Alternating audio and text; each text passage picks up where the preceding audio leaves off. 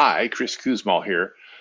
Now we're going to give our non-code description of what a queue is. A queue is extremely similar to a stack. A queue, for example, begins as an empty queue, and we will then do an in queue operation, which is very similar to a push operation when we were to use a stack. And so if we were to in queue a happy face appears in our queue. If we were to in queue a sad face, very similarly to exactly the same, really, as for a stack.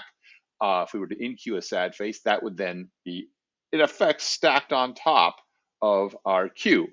Here's where things get different, though. When we remove things from the queue, we remove them from, at least in our diagram, the bottom of our queue. So if when we dequeue, the result is that the only thing left on the queue is now the sad face rather than the happy face. If we had a stack, we would have pulled the sad face off the top.